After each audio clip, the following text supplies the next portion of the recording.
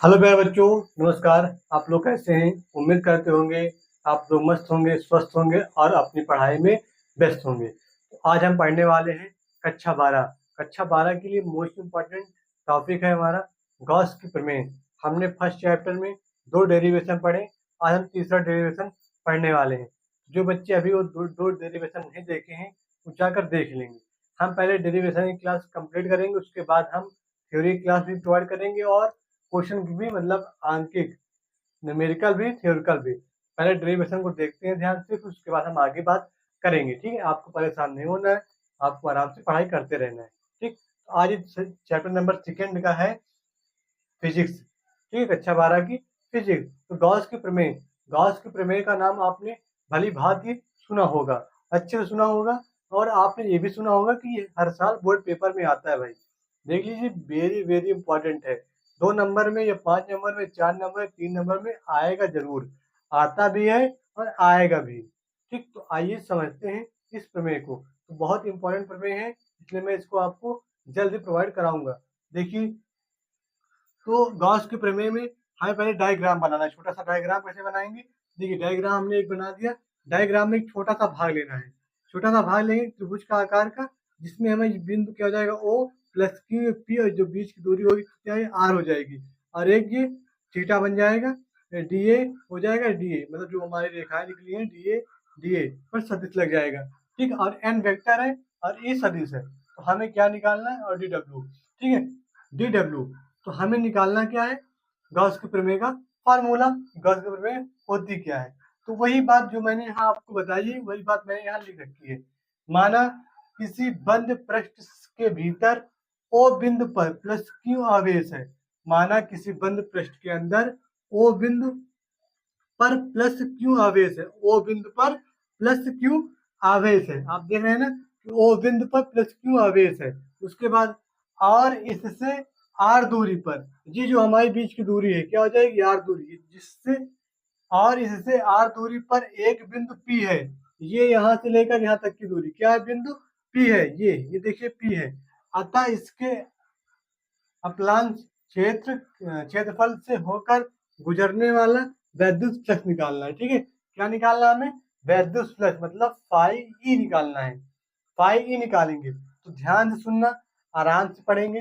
कोई दिक्कत होगी तो आप कमेंट करिएगा, मैं फिर से बताऊंगा। लेकिन ये बातें हमारे आप ध्यान से सुन लीजिए पहले। तो देखिए क्या हो जाएगा साथियों कि वैद्युत फ्लक्स, तो हम क्या लिखेंगे, डी फाई। ठीक है, डी फाई ई बराबर आपका हो जाएगा क्या, ठीक है, आपने एक फार्मूला पढ़ा होगा क्या, कि D E into D A पर क्या लग जाएगा, सदिश लग जाएगा।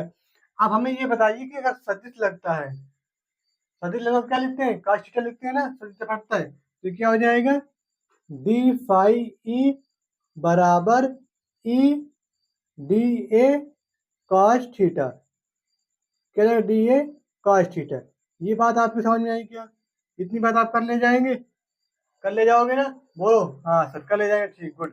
तो अब हमने पहली क्लास में पढ़ा था पहले डेरिवेशन की, ई बराबर क्या होता है, क्या होता है भाई, ई बराबर 1/4 पाई एप्सिलॉन नॉट 0 इंटू, ठीक है, Q/R²। Q/R², मैंने ये आपको पढ़ाया था फर्स्ट टाइम। ठीक है, ये तो ई के स्थान हम ये वैल्यू रख देंगे। ठीक, ई के स्थान पे ये लिख देंगे, तो भाई क्या हो जाएगा, हम ई के स्थान लिखेंगे तो फाई डी फाई ई बराबर, ये आपका हो जाएगा क्या, 1/4 पाई एप्सिलॉन नॉट 0। ठीक है, उसके बाद क्या हो जाएगा, इंटू Q/R²। मैंने क्या किया, ई का मान इसमें यहाँ रखा है इस समीकरण में। ठीक है, ई का मान, ई बराबर इतना मैंने लिखा, और क्या हो जाएगा इंटू में डी ए cos थीटा। ये बात आपको समझ में आई क्या, पाई बराबर 1/4 एप्सिलॉन नॉट 0 इंटू Q/R²। ठीक है, into D A cos theta मैंने लिख दिया, कि ई का मान लिख दिया और डी अपन का cos थीटा लिख दिया। अब आप हमारी बात सुनेंगे ध्यान से, देखिए ध्यान से, क्या हो जाएगा कि डी फाई ई बराबर क्या आ जाएगा, आपको मालूम है, देखो क्या आ जाएगा, Q/4 पाई एप्सिलॉन नॉट 0 और इंटू, ठीक है, इंटू हो जाएगा क्या, D a cos theta, D a cos theta बटे में क्या हो जाएगा आर। आप हमें ये इसका मान जो हमारा होता है, इसका मान डी ए कॉस थीटा अपान में r square, d a cos theta अपान में आर स्क्वायर का मान हम यहाँ लिख दे रहे हैं साइड में। तो देखिए क्या हो जाएगा, इसका क्या मान होता है, क्या डी ए, ठीक है, डी ए कॉस थीटा बटे आर स्क्वायर, जो इसका मान होता है डी डब्ल्यू होता है, क्या होता है, डी डब्ल्यू होता है। ठीक है, आप लोग याद कर चलेंगे, इसके साथ हम क्या लिखेंगे, डी डब्ल्यू लिखने वाले हैं। तो देखो ध्यान से क्या हो जाएगा ये, तो आपका क्या हो जाएगा, डी फाई ई हो जाएगा equal to Q upon 4 pi epsilon naught 0 और इंटू, ठीक है, इंटू क्या हो जाएगा, डी डब्ल्यू हो जाएगा। इतनी बात आपकी समझ में आई क्या, इतनी बात आपकी समझ में आई क्या बेटा, इतनी बात समझ में आई कि हम इसके साथ क्या लिख दिए, डी डब्ल्यू लिख दिए। अब क्या करेंगे, हम समाकलन करेंगे, ठीक है। अब समाकलन कैसे करेंगे, ध्यान से देखिए, हम यहाँ लिख दे रहे हैं कि समाकलन करने पर क्या करेंगे, समाकलन करने पर यहाँ लिख दे रहे हैं समाकलन, समाकलन आपको आता है, जिसको नहीं आता ध्यान सुनेंगे, ठीक है। समाकलन करने पर हम समाकलन करने जा रहे हैं, तो देखो क्या हो जाएगा, दोनों तरफ समाकलन करेंगे तो हमारा ये हो जाएगा डी फाई ई का समाकलन, ये समाकलन का सिंबल होता है, जान लीजिए जो लोग नहीं जानते, ठीक है। फिर उसके बाद देखो जो नियतांक, देखो हम यहाँ लिख रहे हैं, जो नियतांक होता है मतलब कि अपान 4 पाई एप्सिलॉन नॉट, जो क्या नियतांक है तो ये बाहर लिख देंगे, इसे हम पहले से बाहर लिख देंगे, ठीक है। ये देखिए, इसे हम बाहर, नियतांक को हम हमेशा बाहर लिखेंगे, ठीक है। और फिर उसके बाद ये लगा देंगे, कितना हो जाएगा, ये आपका आ जाएगा। तो मैंने समाकलन का चिन्ह लगा दिया, नहीं लगा दिया, देखो जो नियतांक था मैंने बाहर लिख दिया, बाहर लिखने के बाद मैंने समाकलन का चिन्ह लगा दिया। इतनी बात आपको क्लियर है बेटा, किया तो एक प्यारा सा लाइक कर देंगे इसी बीच में। तो क्या हो जाएगा, देखो ये हो जाएगा हमारा, इसका समाकलन करेंगे क्या आ जाएगा, फाई ई, ठीक है। और जब इसका करेंगे भाई तो क्यू अपान 4 इंटू क्या आ जाएगा, डब्ल्यू।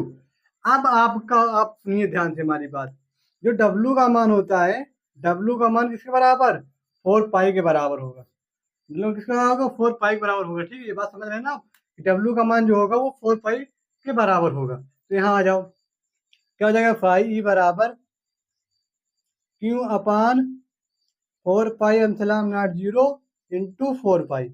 अब ध्यान से देखो, यहाँ 4 पाई, यहाँ 4 पाई, क्या हो जाएगा, कैंसिल आउट, इससे कट जाएगा, तो आपका क्या बच जाएगा फाइनल में आंसर, कि फाई ई बराबर, ठीक है, फाई ई बराबर क्यू अपान एप्सिलॉन नॉट 0। ये आपको क्या करना था बेटा, सिद्ध करना था, ये आपको प्रूफ करना था भाई। तो मैंने क्या किया, प्रूफ कर दिया। क्या ये बातें आपकी समझ में आई, एक बार रिवीजन कर दिया जाए। और ये देखिए आपके लिए अच्छा कंटेंट है, छोटा है, कोई बड़ा नहीं है, ठीक है, बढ़िया है। मैंने आपको आपको बढ़िया अच्छे से बता भी दिया है कि कहाँ पर क्या करना है। देखो फिर से एक बार रिपीट करता हूँ, समझने की कोशिश कीजिएगा, क्या साथियों, ध्यान से सुनेंगे समझ पाएंगे। देखो क्या हो जाएगा कि पहले हमने क्या किया, बंद पृष्ठ लिया, बंद पृष्ठ में, बंद पृष्ठ के भीतर मैंने क्या किया, ओ बिंदु, ओ बिंदु पर प्लस क्यू आवेश रखा, क्या रखा, ओ बिंदु पर प्लस क्यू आवेश रखा। उसके बाद और इससे आर दूरी पर, आर दूरी पर एक बिंदु पी लिया, ये देखो आर दूरी पर एक बिंदु क्या है, पी है, ठीक है। अतः इसके कुछ क्षेत्र से होकर गुजरने वाला वैद्युत फ्लक्स निकालना था, ठीक है, कुछ क्षेत्र से होकर गुजरने वाला वैद्युत फ्लक्स निकालना था। हमने क्या किया, डी फाई ई बराबर, हमारा फार्मूला होता है ई इंटू डी ए के ऊपर क्या है, सदिश लग जाएगा, तो ये हो जाएगा वेक्टर। जब ये वेक्टर है क्या लिख देंगे, काश थीटा। अब देखिए काश थीटा लिख दिया, तो अब हमने पहली क्लास में पढ़ा था कि ई बराबर 1/4 pi epsilon naught 0 into Q upon R square. तो ई के स्थान पे हम ये वाला मान रख देंगे, वही मैंने किया, वो मान मैंने ई के स्थान पे ये मान लिख दिया। उसके बाद मैंने क्या किया कि ये देखिए जो Q upon 4 pi epsilon naught 0 side लिख किया इंटू डी ए काश थीटा बटे आर स्क्वायर, जो इतना होता है ये हमारे डी डब्ल्यू के बराबर होता है, वर्ग के बराबर होता है, समझेंगे ध्यान से। उसके बाद क्या लिखा हमने, डी फाई ई बराबर Q upon 4 pi epsilon naught 0 into, देखो इसके साथ पूरे हम क्या लिखेंगे, डी डब्ल्यू लिख दिया।